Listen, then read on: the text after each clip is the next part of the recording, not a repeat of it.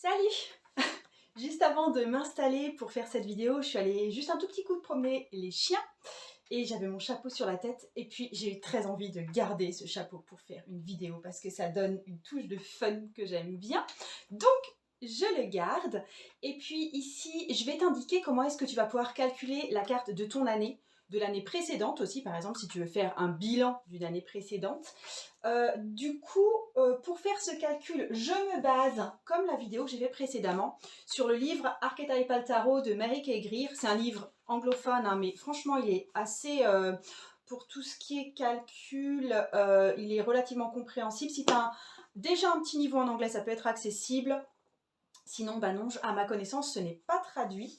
Mais en gros, ça parle des archétypes tarologiques qui vont venir s'imprimer sur ta vie et elle t'invite là-dedans à faire des constellations à partir de toutes les arcanes majeures qui vont quelque part représenter ton parcours et ta personnalité.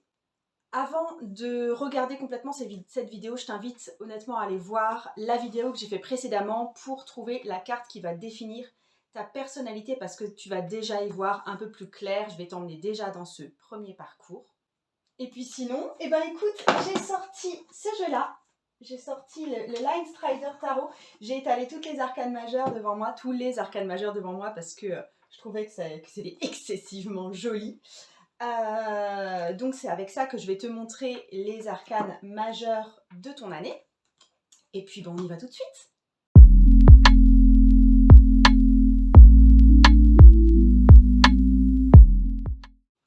Allez, go! Donc, je te donne déjà tout simplement le calcul. Je te conseille là de le faire soit pour 2021, qui est l'année qui vient de s'écouler, ça va te servir peut-être à avoir une espèce de perspective sur l'année précédente, ou alors tu peux le faire sur ton année 2022 pour voir un petit peu le champ qui s'ouvre pour toi pour l'année 2022.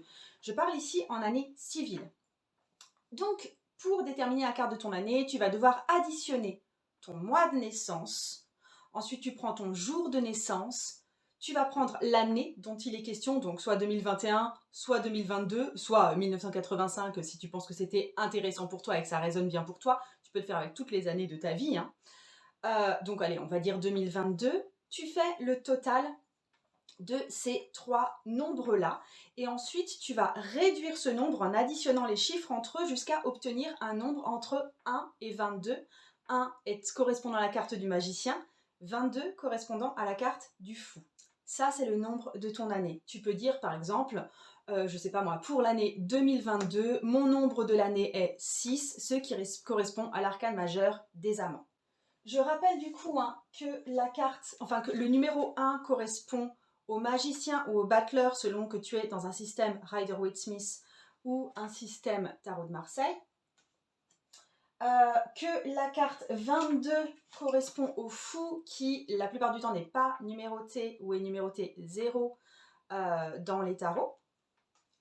Et pour ce qui est position justice ou force, donc savoir si tu places la justice en position 8 ou 11, si tu places la force en position 8 ou 11, parce qu'il y a une inversion du système entre le tarot de Marseille et le tarot de Rider-Waite-Smith, je laisse vraiment à ton appréciation. Moi, je pense que là où tu es le plus perméable, c'est avec le système qui est le bon système de référence pour toi, celui avec lequel tu travailles de préférence. Donc, si tu as une tradition forte, tarot de Marseille, tu vas garder force en 11, justice en 8 et inversement, si tu es plus habitué à un système Rider-Waite-Smith comme c'est pas mal le cas pour moi.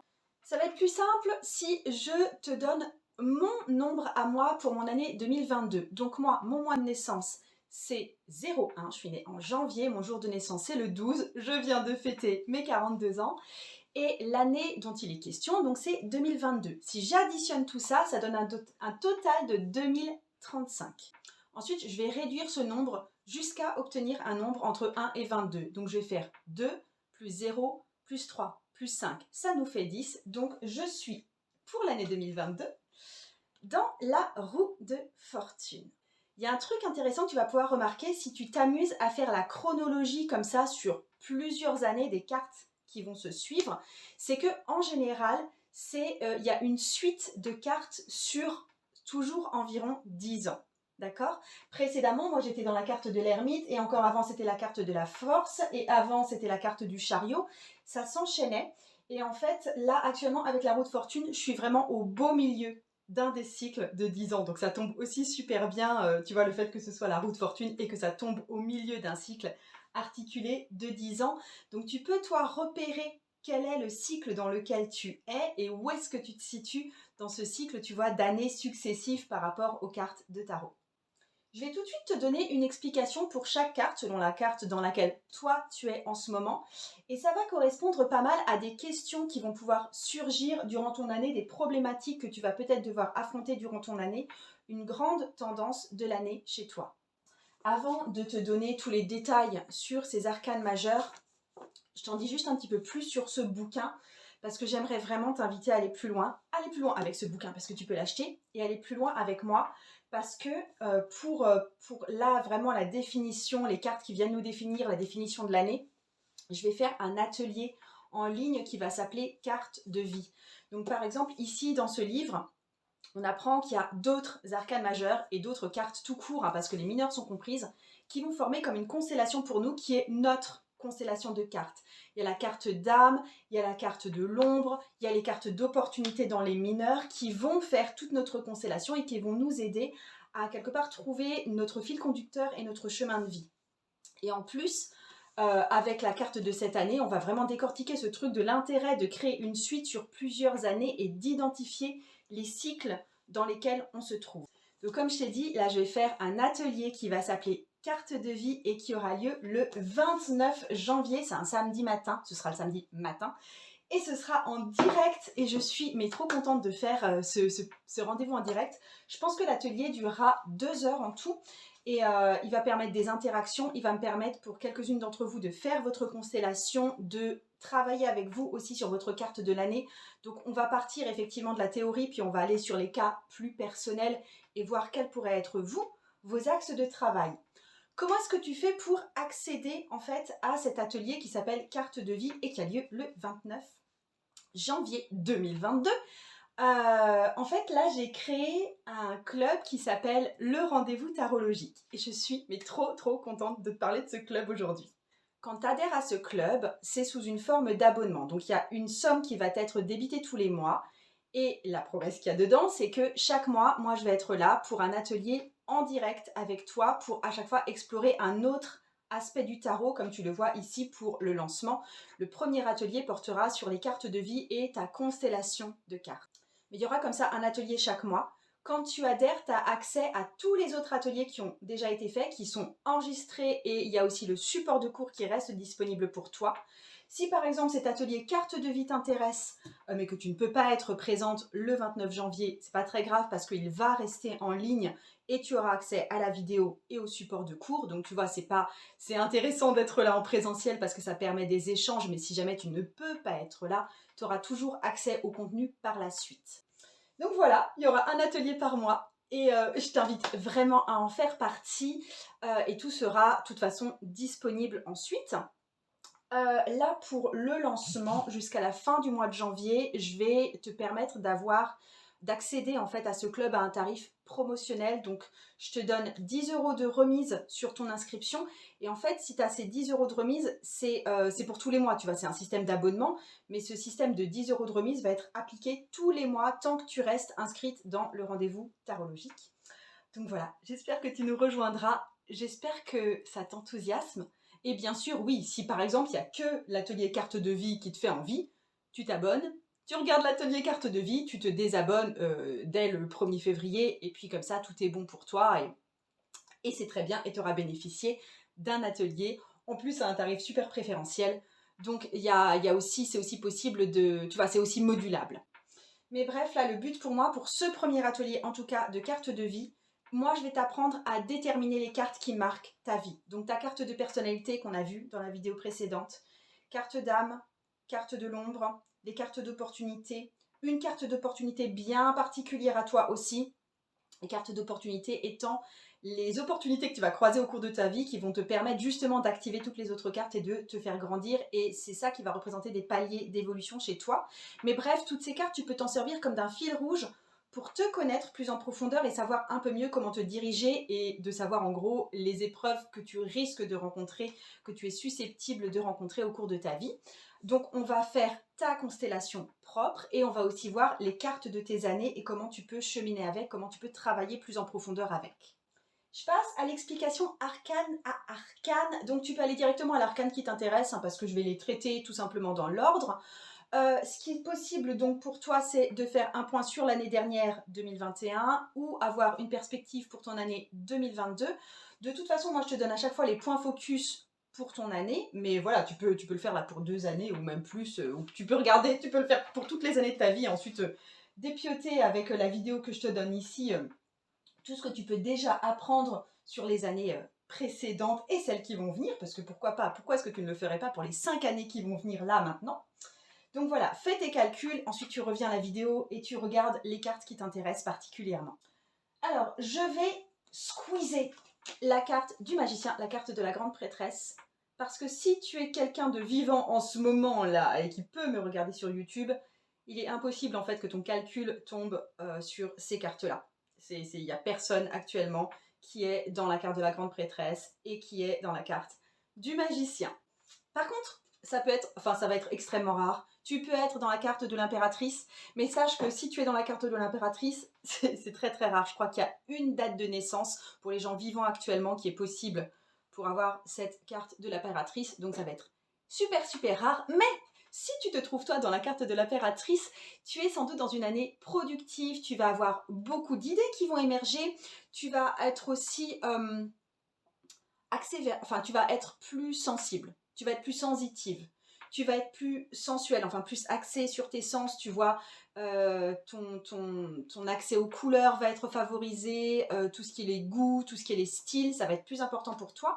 Tu vas sans doute avoir aussi plus besoin des autres et les autres vont peut-être avoir plus besoin de toi. Tu vas vraiment développer ce sens de l'accueil. Attention sur cette année en impératrice à la prise de poids excessive parce qu'il y aura une vraie tendance à se faire plaisir sur cette année. Ça peut être une bonne idée de travailler avec la terre, de te mettre éventuellement au jardinage, de faire un petit potager, d'avoir des plantes en pot chez toi. Il y a aussi des problèmes maternels qui peuvent particulièrement ressurgir cette année, donc soit avec tes enfants si toi-même tu es maman, ou avec ta mère à toi, donc des problèmes qui ressurgissent, qui sont assez anciens. Peut-être que tu vas te lancer aussi dans un projet d'enfant, être enceinte, adopter, etc. Carte de l'empereur. Alors là, tu es dans la première année d'un cycle de 2 ans où il va s'agir pour toi d'établir ton autorité au sens masculin du terme. Donc il y a des problèmes liés à la paternité qui peuvent ressurgir, le fait d'être un père, le fait d'avoir un père ou tous les liens avec une figure paternelle en général. Tu vas être un peu dans une année d'affirmation du style, tu vois, c'est qui commande ici, quoi. Et cette carte, il est possible pour toi qu'elle suive l'année de l'impératrice. Si c'est le cas, tu vas prendre les projets qui ont été développés dans la sphère privée et tu vas les mettre au monde dans la sphère publique dans cette année de l'empereur. Ça peut être des projets d'entreprise, ça peut être des projets de vente, ça peut être le fait de tenter de nouvelles choses, comme par exemple conquérir le monde, hein, je dis ça comme ça. Il y a une difficulté aussi à vivre avec les règles des autres, selon les règles des autres. Et il y a un risque de devenir trop contrôlant, trop rigide, un peu dictateur. Si tu es dans ton année du pape, dans ce cas-là, il est probable que tu sois dans une deuxième année d'un cycle de pouvoir et d'autorité. Donc que cette carte arrive après la carte de l'empereur en fait dans ton cycle à toi. Et dans cette année, tu vas sûrement avoir envie d'entamer des études complémentaires, peut-être de faire une formation, peut-être de te mettre à suivre un mentor en particulier. Et si tu es toi-même ou formatrice ou coach, etc., ça peut être une année vraiment importante pour t'établir dans ce champ-là. Donc tu vas t'épanouir face aux embûches rencontrées aussi. C'est une année où les passages, tu vois, de niveau deviennent plus faciles. Par contre, ça peut être une année stressante.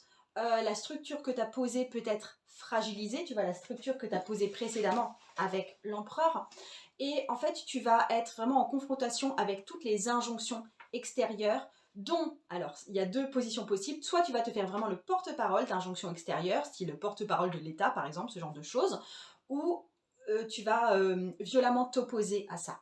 Je passe à la carte des amants, qui est, bon, je pense que tu t'en doutes, une année où tu vas être focus sur les relations.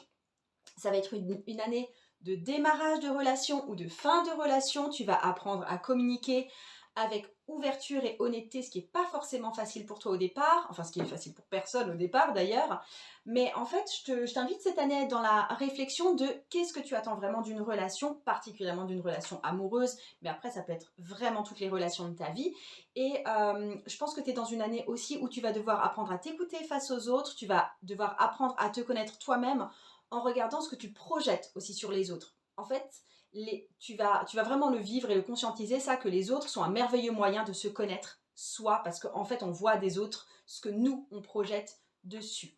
Et ça va aussi être une année de choix important. Il est possible que tu sois dans ton année du chariot. Dans ce cas-là, tu vas te mettre à agir dans le sens des décisions prises durant ton année des amants. Il y a pas mal de chances que ça se succède, là, les deux, chez toi. Donc, tu vois, les décisions peut-être délicates, ou les décisions de rupture, ou les décisions de vivre avec quelqu'un que tu as prises là, tu vas te mettre à acter des choses en rapport avec ces décisions. Tu vas te concentrer sur des objectifs définis. C'est vraiment une année d'initiation de nouvelles choses. Tu vas aussi prouver ton expertise en gérant éventuellement des situations délicates. C'est une année honnêtement où tu peux craquer, où tu peux avoir un accident, où tu peux te sentir en léger surmenage parce qu'il y a une tendance à agir vraiment comme un guerrier ou une guerrière. Donc il est question de se forger une réputation, de se forger aussi un costume, de se forger une apparence. Il y a vraiment ce truc d'être au monde, tu vois. Ça peut générer de forts sentiments d'insécurité durant cette année. Carte de la force.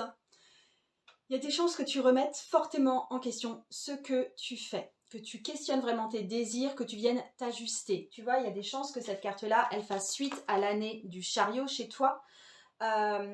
Ou dans l'année du chariot, en général, on n'est pas tellement guidé par nos émotions. Et là, tu vas prendre le temps de te re-questionner si ce que tu as posé est valable pour toi. Tu vas rediriger un peu tes efforts, tu vois. Donc, tu vas prendre en compte tes peurs, tu vas avoir envie peut-être d'explorer plus ta créativité, de plus t'exprimer. Tu vas peut-être plus prendre le risque de déclarer ce que tu penses et pas forcément trop intégrer le désir des autres. Tu vas affirmer que tu aimes ce que tu aimes, tu vas peut-être aller accepter ton côté sombre. C'est une année qui est possiblement assez difficile aussi à vivre et où justement tu vas avoir besoin de force, tu vois, de vraiment t'affirmer. Ça va se faire sûrement à travers des conflits et tu vas pouvoir, à travers ces conflits et à travers cette définition de toi, aller plus découvrir qui tu es vraiment. Ensuite, tu peux être dans ta carte de l'ermite. Et c'était pour moi le cas l'année dernière. Il y a des chances que tu te sentes, ou que tu sois vraiment plus isolé que d'habitude. Alors, de façon subie, souvent au démarrage, de façon choisie par la suite.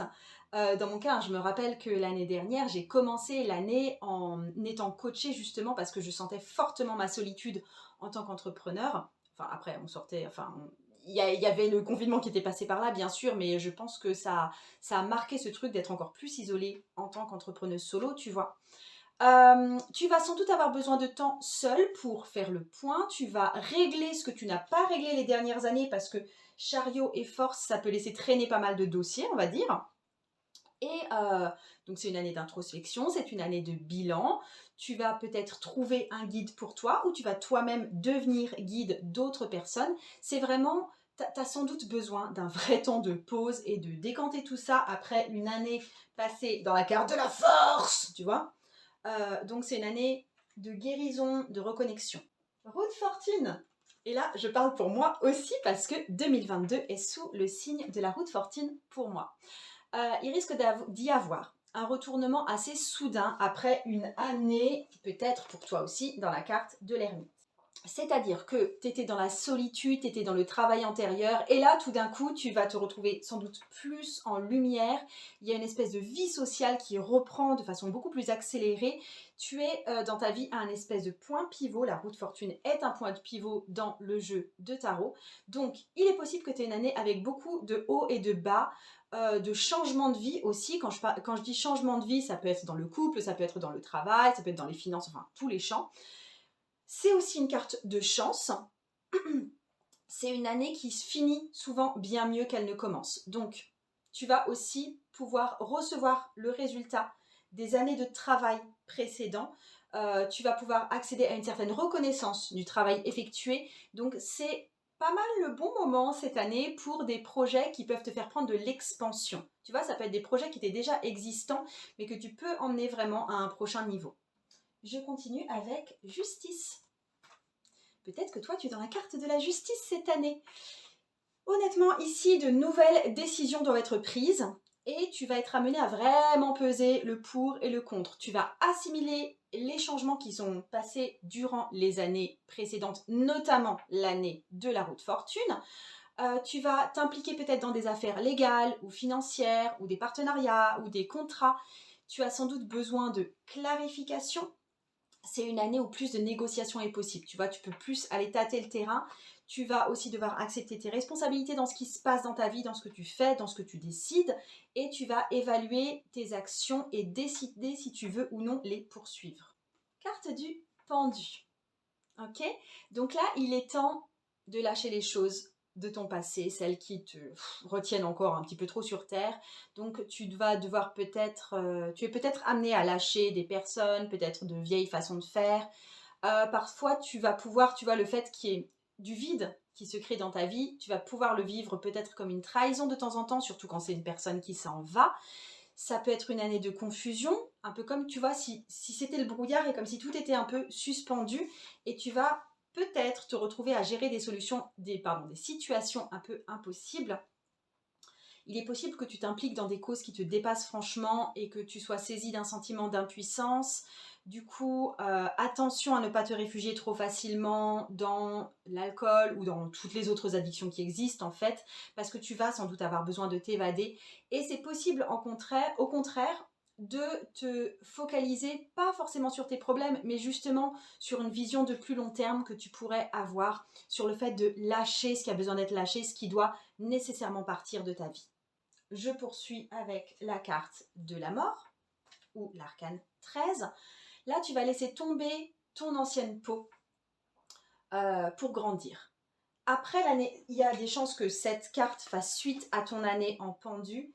Et l'année du pendu, qui est plus une année de, voilà, de devoir laisser partir les choses, là, il y a des chances que tu te sentes libéré, que tu sentes une énergie nouvelle avec cette carte de la mort, que tu tout d'un coup, que tu arrêtes de stagner, que tu acceptes de vraiment détruire, sans laisser aucune trace, ce qui doit être détruit dans ta vie. C'est une année de courage, c'est une année de force d'affronter tes plus grandes peurs. Et c'est vraiment une année sans concession qui peut être sous un aspect assez difficile et sous un autre aspect très très enthousiasmante et dynamique. On arrive dans l'année de tempérance. Là, tu vas avoir la possibilité de combiner les choses de façon créative et différente, donc de recréer du neuf à partir de l'ancien. C'est une année de compassion, c'est une année de réconciliation, c'est une année de guérison. Tu vas pouvoir transformer les problèmes que tu avais eus précédemment en vraie bénédiction.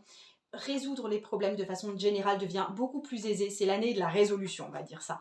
Et si ton année de la mort à toi a été douloureuse et qu'elle fait juste suite, tu vois, à ton année en tempérance, ça va être vraiment une année de rééquilibrage et d'apaisement. Je poursuis avec le diable. Là, tu vas développer les ressources que tu as découvertes dans l'année de tempérance, si ces deux cartes se font suite pour toi dans la suite des arcanes année après année. Donc tu vas utiliser tout ce que tu as acquis, tout ce que tu as équilibré avec tempérance pour construire des projets plus grands. Et là, cette année en diable, c'est le moment de profiter des bonheurs matériels de la vie, c'est l'année pour s'amuser. Tu vas pouvoir distinguer aussi les plaisirs qui vont te permettre de croître, parce qu'il y a des plaisirs qui sont tout à fait valables dans ta vie, et les plaisirs qui, au contraire, t'enchaînent et te font complètement stagner. Alors, peut-être que ce sera plus facile de distinguer ces deux pôles, peut-être aussi que ce sera vraiment le travail de cette année de distinguer les mauvais plaisirs des bons plaisirs pour toi. Il y a vraiment un travail à faire d'abandonner ou de réconcilier qui n'a peut-être pas été fait les années précédentes avec le pendu, la mort, tempérance. Si tu n'as pas bien fait ce travail de nettoyage, donc dans le pendule amour et tempérance, il y a des chances que ce travail-là vienne te hanter à nouveau dans l'année du diable et de façon beaucoup plus compliquée. Donc c'est possible de tomber dans le pessimisme, c'est possible de tomber dans le manque de confiance. C'est vraiment le temps pour faire ton shadow work, pour aller voir ce que tu ne veux pas voir chez toi, de travailler sur tes colères, de travailler sur tes rancunes, de travailler sur tes mensonges. Une bonne arme pour te battre que tu peux développer facilement dans l'année du diable, ça va être ton sens de l'humour et peut-être que tu en auras bien besoin. L'année de la tour, c'est souvent une année d'effondrement de ce qui n'était plus nécessaire. C'est vraiment une année de révolution. Tu vas vraiment découvrir ce qui est le plus important pour toi, ce qui fait le cœur de tes valeurs et de ta vie. Donc c'est une année de révélation, c'est une année de destruction, ça peut être une année d'accident aussi, c'est une année souvent de changement de vie, ça peut être une année de changement physique en nous. Donc il y a vraiment cette idée de ça nous arrive et en plus il y a une action nécessaire de notre part. Et quand quelque chose par exemple va te faire sortir de tes gonds ou va te faire réagir plus que nécessaire, c'est là que tu dois te dire que l'énergie bloque chez toi et c'est là que tu as quelque chose à travailler. Donc cette année, ça risque d'être une année de cassure avec le passé et tu vas commencer à pouvoir poser de nouvelles bonnes habitudes plus saines pour toi. La carte de l'étoile. La carte de l'étoile, c'est une année, pardon, de réflexion, c'est une année d'espoir. Tu te retrouves peut-être complètement vulnérable parce que ce qui était faux s'est effondré en fait avec cette carte de la tour que tu as sûrement vécue précédemment. C'est une année de liberté, c'est une année de possibilité de développer sans effort de nouvelles aspirations. Le défi que tu risques de rencontrer, c'est d'être cette fois totalement honnête sur tes rêves, sur tes désirs.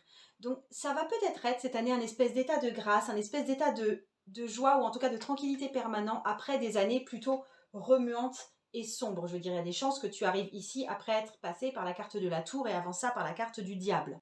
Tu vas peut-être voir plus clairement à quoi tu es destiné, tu vas peut-être voir plus clairement ce dont l'humanité a besoin et ce à quoi tu peux servir dans cette humanité. La carte de la lune. La carte de la lune, c'est peut-être l'année des désillusions par rapport aux idéaux sur lesquels tu as travaillé l'année dernière si tu étais dans ta carte de l'étoile l'année dernière. C'est une année test pour voir si tu tiens le coup, si tu parviens à transcender tes peurs. C'est peut-être une année où la peur du jugement des autres va être très très très présente pour toi. Ton identité va être remise en question, tu vas peut-être perdre une partie de tes propres valeurs parce que tu vas plus savoir où t'en es. Donc c'est une année de confusion, il peut y avoir des drames, des incompréhensions. Et des drames et des incompréhensions qui datent depuis l'enfance qui vont remonter tout d'un coup. Ça peut être aussi une année très intuitive où tu peux avoir un éveil spirituel, où tu peux avoir un éveil de clairvoyance. Tu peux avoir l'impression que le domaine spirituel et toutes les choses invisibles et cachées semblent tout d'un coup plus vraies que ce que tu peux vivre de matériel dans ta vie. Je poursuis avec l'année du soleil, qui est souvent simplement une année de succès. Tu peux avoir eu un nouveau projet qui est né des rêves des années dernières, donc l'année de l'étoile, l'année de la lune, et du coup tu vas être porté par un certain enthousiasme. C'est une année où tout s'éclaircit, où il y a des secrets qui sont révélés, où tout est plus évident. Ça peut être une année de réconciliation aussi. Attention à l'épuisement parce que c'est une année où on a tendance à un peu trop en faire. C'est une bonne année pour cultiver tout ce qui est prospérité, pour cultiver tes investissements, pour t'engager dans de nouvelles choses. Il y a vraiment des opportunités qui risquent de se présenter dans cette année en soleil et ça va être ton choix de les saisir ou non. Je passe dans l'année du jugement. Là, tu vas prendre peut-être conscience de ta mortalité et du fait que les choses ont une fin. C'est là aussi une année de bilan. Tu as la possibilité de reconstruire ta vie à une autre échelle. Tu vas de changer vraiment de niveau. Il y a d'autres champs qui vont s'ouvrir.